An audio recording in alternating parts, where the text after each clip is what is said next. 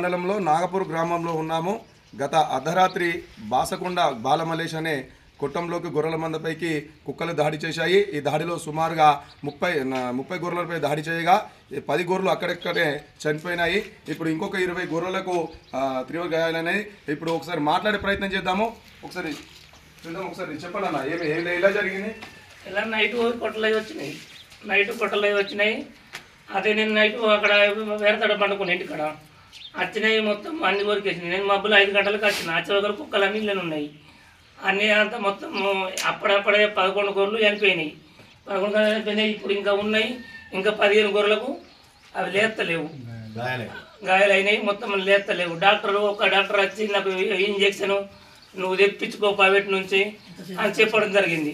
నేను అన్నా నేను తెప్పించుకుంటే ఎందుకు, వ్యాక్సిన్ లేని నేనెందుకు ఇది తెప్పించుకోవాలా ఇదనే నేను స్పందించిన.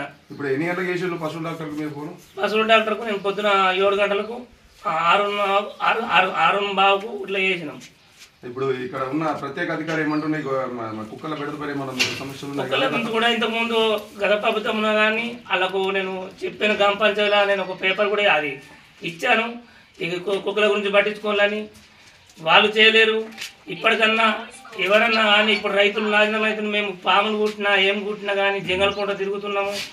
ఏదో రాత్రి పగలు కష్టపడుతున్నాము.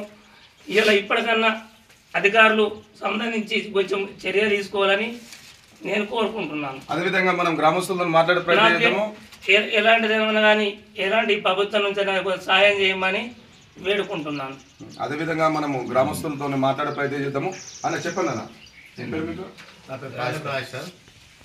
నిన్న రాత్రి మన బాలమలేష్ కొట్టంలో ఒక 5-6 కుక్కలు చొరబడి మన గొర్రెల మీద దాడి చేయడం జరిగింది.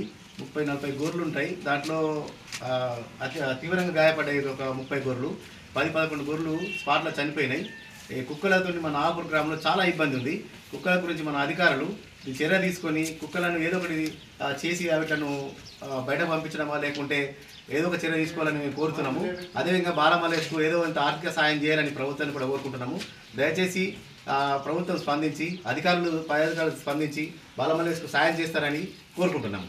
అదేవిధంగా మళ్ళా గ్రామస్తులు అశోక్ మన సిపిఎంఎల్ ప్రజాబంధ నాయకులతో ఒకసారి మాట్లాడే ప్రయత్నం చెప్పండి అన్న, ఎలా జరిగింది? ఇప్పుడు గత రాత్రి నాగపూర్ గ్రామంలో బాలమలేష్ అనే కొట్టంలో దాదాపు 30 గొర్రెలు ఉంటాయి.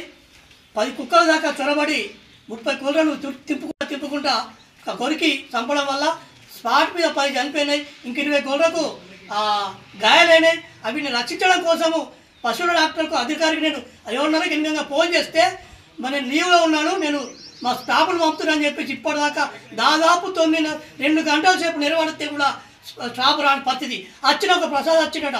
ప్రసాద్ వచ్చి మన వ్యాక్సిన్ లేదు రాసితో తీసుకొచ్చకపోతే వ్యాక్సిన్ లేని సెంటర్ను మీరు ఎందుకు నడుపుతున్నట్టు, దేనికోసం నడుపుతున్నట్టు? కాబట్టి దానిపై వెంటనే చట్ట ప్రకారంగా చర్యలు తీసుకోవాలా. అట్లాగే వచ్చిన రిక్వెస్ట్ ఏంటంటే ప్రభుత్వం తరఫున చనిపోయినటువంటి గొర్రెలకు బాలమలేష్కు చిన్న సాయం చేయాలని చెప్పేసి ఈ సందర్భంగా కోరుతా ఉన్నాం. ఇక మనం